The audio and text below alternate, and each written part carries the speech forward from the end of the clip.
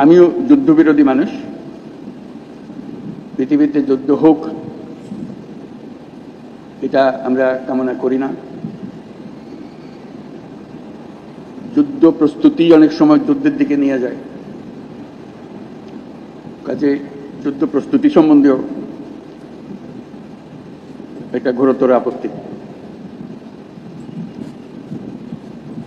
কিন্তু এমন বিশ্বে আমরা বাস করি প্রতিনিয়ত যুদ্ধের হুমকি আমাদের ঘিরে থাকে। তো সেখানে প্রস্তুতি না নিয়ে থাকা এটা অসম্ভব হয়ে পড়ে। এখন আমরা যখন কথা বলছি তখন আমাদেরই কাছে ভারত পাকিস্তান যুদ্ধ হই হই অবস্থার মধ্যে রয়ে গেছে। সকালের খবরে দেখলাম হয়তো গুজব যে আজকেই শুরু হয়ে যাবে যুদ্ধ। এরকম পরিস্থিতিতে আমরা বাস করি। তো কাজেই এই পরিস্থিতির মধ্যে প্রস্তুতি না নেওয়াটা আত্মঘাতী, এবং প্রস্তুতি নিতে হলে আধা আধি প্রস্তুতির কোনো জায়গা নেই। এটা এমন এক পরিস্থিতি, জয়ই তার একমাত্র অপশন। পরাজয় এখানে কোনো অপশন হতে পারে না। কাজে আমাদের যে প্রস্তুতি,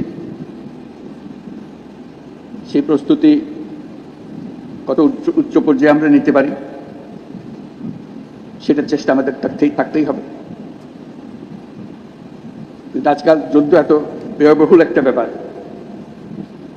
আর আমাদের অর্থনীতি এমন দুর্বল অবস্থায় আছি।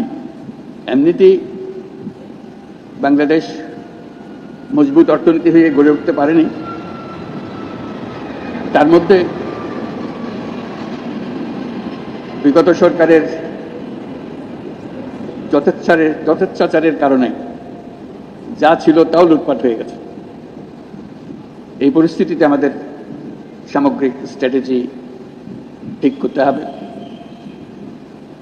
শান্তির দিকে আমাদের হাত বাড়িয়ে রাখতে হবে সবসময়, কিন্তু প্রস্তুতিতেও থাকতে হবে। এই পরিস্থিতিতে আপনাদের সঙ্গে দেখা করে, আপনাদের আজকের মহড়াগুলো দেখে খুবই ভালো লাগলো। এগুলো আমরা সিনেমাতে দেখি, বাস্তবে দেখার খুব একটা সুযোগ হয় না। আজকে আপনাদের কারণে সেটা বাস্তবে দেখলাম। যারা এর পেছনে এটাকে এত সুন্দরভাবে করার জন্য, নিখুঁতভাবে করার জন্য চেষ্টা করেছেন, তাদের সবার জন্য আমরা ধন্যবাদ জানাচ্ছি। জোরে হাত তালিয়ে দিয়ে আমরা একটা ধন্যবাদ জানাচ্ছি।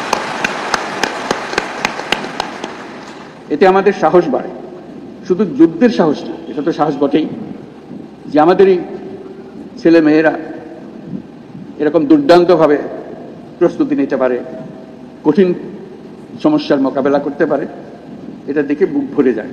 আমরা যারা আজকে বাইরের থেকে আসলাম, আমি নিশ্চিতভাবে বলতে পারি তাদের সবার বুক ফুলে গেছে যে আপনাদের কৃতিত্ব দেখে, আপনাদের নিখুঁত ম্যানুভারিং দেখে। কাজে সেই অনুভূতিটা আপনাদেরকে জানিয়ে